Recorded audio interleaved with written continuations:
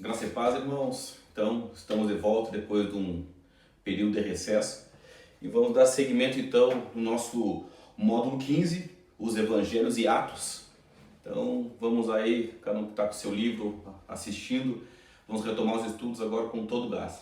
Capítulo 8, então, os Evangelhos e Atos, a consolidação da igreja. O verso que inicia essa lição do capítulo 8 deste livro, deste módulo, no caso, nos diz o seguinte: e perseveravam na doutrina dos apóstolos, e na comunhão, e no partir do pão, e em toda a alma havia temor, e muitas maravilhas e sinais faziam pelos apóstolos.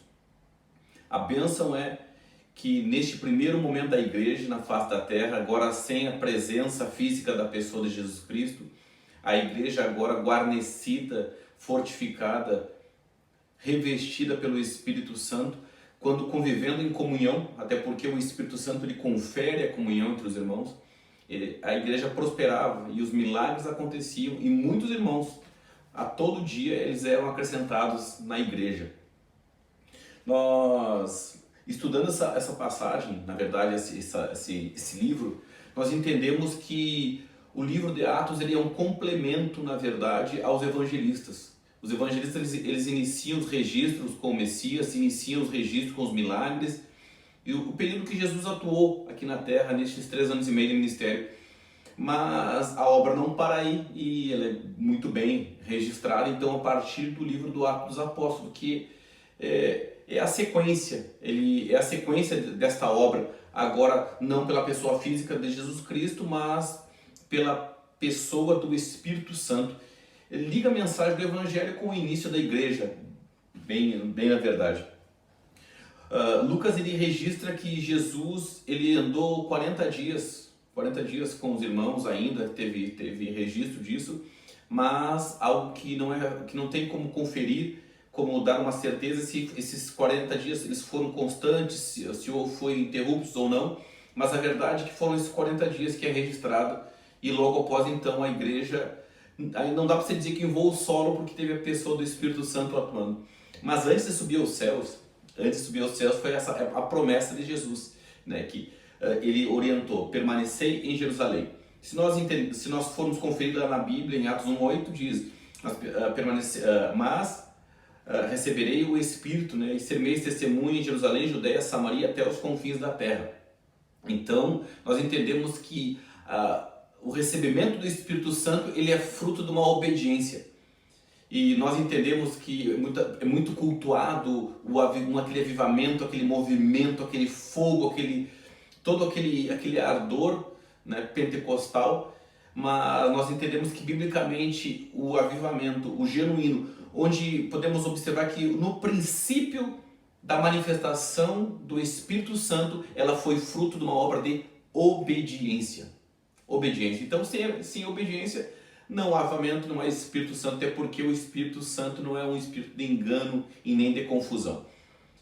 E como nós já falamos, né, então na ascensão ele prometeu que da mesma forma que viriam ele subir, viriam ele retornar. Foi uma promessa, mas a partir dali, sem a presença física do Mestre, nós vemos que a igreja, ela ficou, naquele primeiro período, ela ficou um pouco acuada, ela ficou um pouco eufórica, mas ela permaneceu, ela obedeceu, e naquele cenáculo que se tornou a casa dos 11 apóstolos, na verdade, agora nós vemos que quase 120, e eles elegem Matias no lugar de Judas. E a gente observa que tinha algumas exigências, né, para a separação de Matias, que está lá em Atos 1:26, mas vimos que Matias tira uma sorte. Matias ele entra por sorte, como se fosse um sorteio. Mas nós entendemos que hoje não é assim que um obreiro, que um ministro é levantado por sorte. Não vou defender uma doutrina ou querer criar uma doutrina, mas entendemos que Matias ele foi escolhido por sorte e tão somente foi esse o registro, não aparece mais nada a respeito de Matias. Hoje nós entendemos que um obreiro, um ministro, ele não é por sorte, mas é chamado. E é aquela chamada que segura ele e que impulsiona ele na obra do Senhor. E a presença do Espírito Santo que vai confirmando os passos dele. Nós vemos então que 10 dias depois da ascensão, 50 dias depois da ressurreição, o fatídico dia do Pentecoste, e de repente veio do céu um som, né? E como deu um vento impetuoso e veemente, e encheu a casa. Então é inaugurada a igreja na dispensação do Espírito Santo. E olha a bênção que é este vento impetuoso, um vento veemente, um vento forte, um vento com autoridade. E o Espírito Santo, ele é isso, o Espírito Santo, ele é movimento.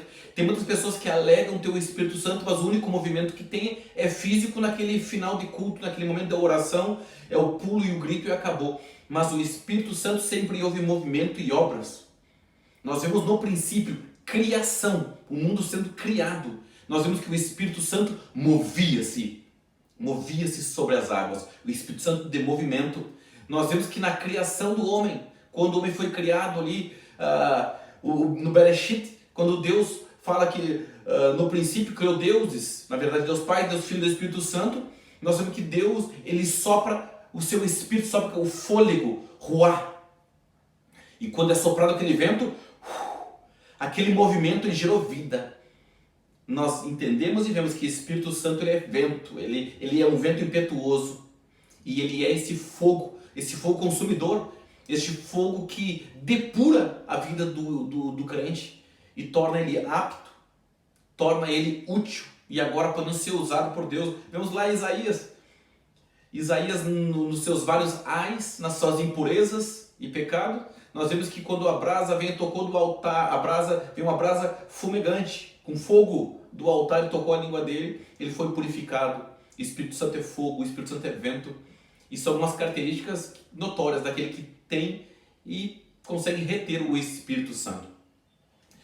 Em Jerusalém, vamos lá então, o movimento e barulho, fatos do cumprimento da profecia de Joel, eles rende de início 3.000 almas no primeiro sermão. Vemos Pedro, um homem rude, um homem grotesco, na verdade, um empresário da pesca, um homem com calo nas mãos, um homem que ele era até difícil de se comunicar. Mas vemos que ele não tinha estudado aos pés de Gamaliel, assim como Paulo, ele não tinha retórica ou homilética, ele andou com o mestre, mas depois que ele recebeu o Espírito Santo, um breve sermão dele, 3.000 almas são saqueadas do inferno e agora devolvidas aos céus. É uma bênção. O relato do médico mostra que a igreja só crescia, pois eles perseveravam na doutrina e a cada dia o número era acrescentado. Algo que é interessante de registrar para os irmãos, ainda que os irmãos, vocês entendem que vocês estão num curso teológico, um curso médio de teologia, já conhecem muito bem a diferença entre doutrina e usos e costumes. Doutrina é o ensinamento. Então a igreja crescia porque permanecia no ensinamento. E a igreja que permanece ensinada, ela tem postura, ela tem conduta, ela tem resposta, ela tem atitude, ela tem frutos. E esses frutos eles rendem salvação de almas. A força do crescimento da igreja ela estava na doutrina dos apóstolos, na comunhão e na manifestação do poder. Existia poder, não era só letra, não era só estudo, mas tinha poder, este Espírito que nós estamos falando. A era do Espírito Santo começara e havia muito poder. Com esse crescimento bombástico da igreja, nós vemos que aconteceu um bom problema na verdade, porque como cresceu muitos irmãos, agregou muita gente, pessoas vieram com todas as situações diferentes, muitas situações diferentes. Vieram irmãos com dificuldades econômicas, com dificuldades sociais, chegaram órfãos, viúvas, e essas pessoas precisavam ser atendidas. E nós entendemos que no princípio havia os presbíteros, pastores, anciãos, eram homens que estavam dedicados à palavra, ao aconselhamento, e se tornou inviável, eram poucos, se tornou inviável essas pessoas serem retiradas do ensino, da pregação, para trabalhar nessa área social, e foram levantados os diáconos. Foi cobrado da igreja que havia necessidade, foi cobrado daqueles que estavam à frente, e sabiamente foi levantado diáconos, homens que supriram muito de acordo com essa dificuldade, com essa demanda que foi na verdade, que surgiu nesse primeiro momento. 2 diáconos que nós marcamos que deste princípio, nós vemos Estevão e vemos Filipe. Estevão, ele é como uma igreja perseguida, ele foi símbolo da igreja perseguida, ele foi o mártir, o primeiro mártir, o primeiro homem que foi morto por causa da causa. Saulo, ele tinha sido autorizado a perseguir e a bater tanto na Judéia e em Samaria. Ele tinha carta autorizando ele a matar, perseguir, torturar, se fosse o caso, os irmãos. E nós vemos que um desses alvos dele, a Bíblia registra na morte de Estevão, que foi depositado suas vestes aos pés de Paulo. Ele foi testemunha de um homem ir até a morte pela causa de Cristo. Fato este que ele mesmo repetiu na sua conduta lá no final da sua vida. Nós vemos que a igreja, com a perseguição, ela escapou de Jerusalém, de Judéia, e aí para escapar ela saiu de Jerusalém, Judéia, para não ver aquela perseguição toda, e aí o crescimento explodiu, e aí sim a igreja foi até os confins da terra. É algo que acontece muitas vezes comigo e contigo, quando aperta o calo, aperta as situações, nós buscamos outras alternativas aos pés de Jesus. Nós crescemos espiritualmente, nós oramos mais, nós meditamos mais, nós lemos mais. Paulo, então, vamos à conversão de Saulo. A última viagem perseguidora foi aproximadamente 218 quilômetros, e vemos que ele foi tocado de uma forma muito especial, porque Paulo ele foi tocado numa viagem e o próprio Jesus Cristo interpela ele. O próprio Jesus Cristo chega até Paulo numa viagem. Paulo ele cai por terra, e o que acontece ali? Algo que era totalmente inesperado para a igreja. O maior perseguidor, o homem que jamais imaginariam que iria se render aos pés de Jesus, ele começa a inclinar seu coração, declinar a sua vida, e agora começa a se tornar útil a partir de então para o reino. Nós vamos começar a entender um pouco mais, vamos falar um pouco de Paulo em Atos dos Apóstolos. É impossível não falar de Paulo em Atos. Nós vemos na sequência, no próximo módulo, vamos falar sobre as cartas dele também. Mas vemos que neste ponto, então, da conversão de Paulo, Lucas, em Atos, ele volta a fazer relato de Pedro, e vem o registro da ressurreição de Dorcas, a visão dos lençóis, né, dos lençóis ou dos vasos, que algumas traduções dizem que Pedro viu alguns animais imundos dentro de um vaso, outro diz dentro do lençol preso pelas quatro pontas, quando Deus orienta que ele vá lá pregar para Cornélio.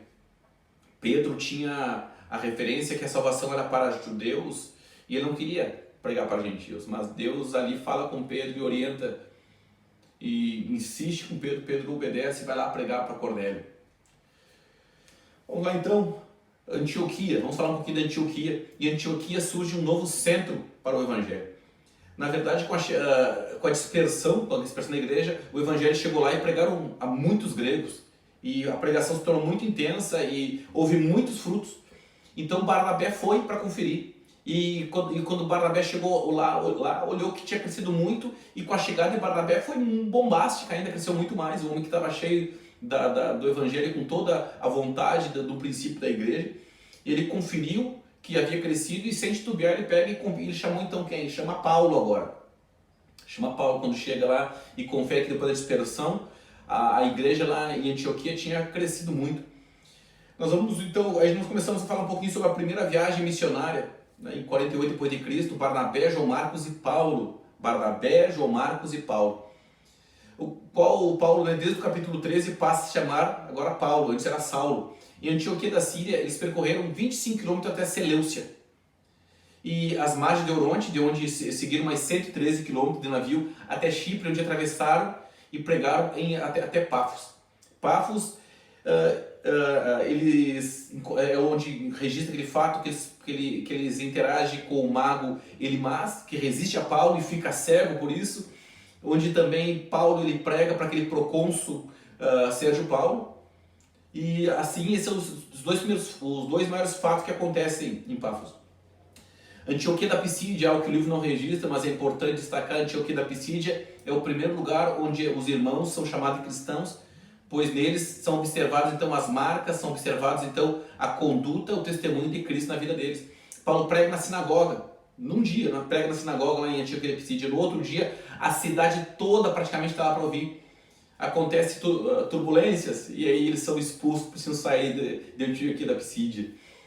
Icônio, então, 160 km de Antioquia da Pisídia, ficaram bastante tempo, até que tiveram de fugir, né, para não serem apedrejados. Então, o Evangelho pregando, mas sempre com aqueles percalços. Chegam em Listra, a 32 km de Icônio, 32 que é o do último destino, após a cura de um paralítico, quiseram clamar eles deuses, quiseram oferecer sacrifícios para eles, não aceitaram. E a multidão foi incitada e apedrejou Paulo, apedrejou a ponto de darem ele por morto, que ele teve que ser carregado para fora da cidade. Imagine os altos e baixos da vida missionária. Um dia ser endeusado, querendo oferecer sacrifício. Um dia alegrando a todos, ministrando milagres no nome de Jesus. No outro dia, apedrejados até ser dado por morto. Derbe, 48 km distante de Listra, pregaram e foram bem aceitos. Retornaram então, eles pregaram em Listra e dali retornaram, voltaram pelo mesmo caminho de onde eles passaram. E lá em Antioquia da Pisídia, no retorno, eles separaram alguns anciãos, né, alguns obreiros, presbíteros, para a obra do Senhor. Panfilha, um ato que é muito curioso, muito falado em Panfilha, na verdade, onde João Marcos abandona a caravana, novamente Perge, Atalia, e de lá navegaram para Antioquia da Síria, uma viagem de aproximadamente 2 anos. Daí então um registro um pouco diferenciado começa a aparecer no livro de Atos, que fala sobre a lei e os gentios, pois os judeus começaram a aceitar, começaram a pregar, e muitos gentios começaram a aceitar o evangelho, aceitar a palavra, só que os judeus queriam que eles se circuncidassem. Paulo foi o advogado deles, e por diversos lugares tinha essa questão, que para eles aceitarem, eles deveriam ser circuncidados. Eles queriam trazer um rito que lá no Antigo Testamento eles carregavam da cultura judaica. Com toda essa turbulência, houve então a reunião dos apóstolos e anciãos do primeiro concílio de Jerusalém, 50 depois de Cristo. Primeiro concílio. Neste concílio, então, houve um decreto apostólico que na decisão em Atos 15 e 20, a decisão deste concílio fala o seguinte: que vos abstenhais das coisas sacrificadas aos ídolos, da carne sufocada e da prostituição, das quais coisas bem fazeis, se vos guardardes, bem vos vá. Então, com essa decisão lá, com esse decreto apostólico que foi decidido nesse concílio de Jerusalém, Paulo então se prepara para a segunda viagem missionária, para poder entregar, para poder levar essa resposta a diversos lugares. Então, após 2 anos da primeira viagem, Paulo segue para levar a resposta do concílio. Listra ele encontra Timóteo, possivelmente em torno de 18 anos, e agora Timóteo acompanha Paulo, esse obreiro que foi muito, muito bem falado, esse evangelista que a Bíblia cita muito com bastante ênfase. Provavelmente ele tenha sido alvo da pregação na primeira viagem missionária de Paulo. Troade é um incidente com um varão macedônio. Quando Paulo ele quer ir para uma região, Paulo quer ir para uma cidadezinha, se não me engano, Betínia, e ele quer ir para lá, e ele vê o varão macedônio, e ele quer ir para um lado, Deus manda para o outro, ele quer ir para o lado, mas ele obedece. Imagine só, Paulo tem esse fato na sequência, Paulo quer ir para uma região e Deus fecha as portas para Paulo. Mas na sequência, o que acontece para Paulo? Paulo, ele recebe uma orientação de Deus e obedece, e Deus abre as portas da Europa para Paulo. Daí em diante, a palavra do Senhor, registrada em Atos dos Apóstolos, ela para de se tornar ele e eles no registro, mas se torna nós. O que entendemos que daí em diante Lucas começa a fazer parte dessa viagem. Lucas começa a fazer parte da viagem. Na sequência, nós vemos que então a Europa se rende ao Evangelho. As margens de Gangites, a 255 km de Antioquia, a primeira conversão, nós vemos Lídia se convertendo. Aqui ele é expulso aquele espírito de adivinhação daquela jovem que ia atrás de Paulo e Silas, divulgando que eles eram servos de Deus. Eles oram por ela, ela é liberta, eles vão para a cadeia, e o fatídico texto que fala que à meia-noite eles louvavam a Deus e as cadeias caíram por terra. Na sequência, Tessalônica, 150 km de Filipos, onde tem aquele texto também que é muito conhecido: os que transtornaram o mundo chegaram até aqui, ou os que perturbaram o mundo chegaram até aqui. Uma pregação muito linda do saudoso pastor Luiz Antônio, que diz: aqueles que perturbaram o mundo chegaram até aqui. Porque aquele que tem o Espírito Santo, ele perturba o mundo, ele leva a paz, mas aquele que tem o Espírito do engano, ele é perturbado por aquele que tem o Espírito da luz, o Espírito de vida, e o Espírito esse que dá a santidade, que dá o crescimento verdadeiro para o homem e para a mulher de Deus. Bereia, solo forte para o Evangelho. Atenas, berço da cultura, terra de Sócrates, Platão. Paulo prega no Areópago, e Paulo, com uma sabedoria tremenda, no lugar de sabedoria, onde havia diversos altares, porque eles eram politeístas, Paulo encontra um altar onde dizia Deus desconhecido, e aí Paulo aproveita dessa deixa e diz: ao Deus desconhecido, aquele que vós adorais sem conhecer, hoje vos apresento. E ali ele começa a pregar a respeito de Jesus Cristo. Vemos que a pregação foi no Areópago significa Areios Pagos, ou colina de Ares. Ares na mitologia, ele é o deus da guerra. Corinto, vamos para Corinto agora. Corinto, uma das principais cidades do Império Romano, uma grande extensão de terra, uma grande expressão política naquela região, uma grande influência comercial. Eles tinham 2 portos gigantescos. No primeiro deles, onde Paulo ele rapa a cabeça. Lá a adoração era a deusa Afrodite, a deusa do amor. Em Corinto tinha o Acro Corinto, que nesse lugar cerca de 1000 mulheres, algumas escravas e algumas voluntárias, elas serviam de prostitutas cultuais nesses rituais pagãos. Paulo permaneceu lá cerca de 1 ano e meio e une-se a Tito. E ele levou dali Priscila e Áquila para Éfeso, onde eles auxiliaram a pessoa de Apolo. Vamos para a terceira viagem missionária? Ano 53 depois de Cristo, Éfeso com 225 mil habitantes, uma tremenda metrópole, megalópole, maior centro comercial da Ásia. E ali, quem era adorada? A deusa Diana. A deusa Diana para os romanos, para os gregos, Artemis. Lá ela possuía um templo gigantesco, 127 colunas, cada coluna com 20 metros de altura, cada uma de mármore, era gigantesco.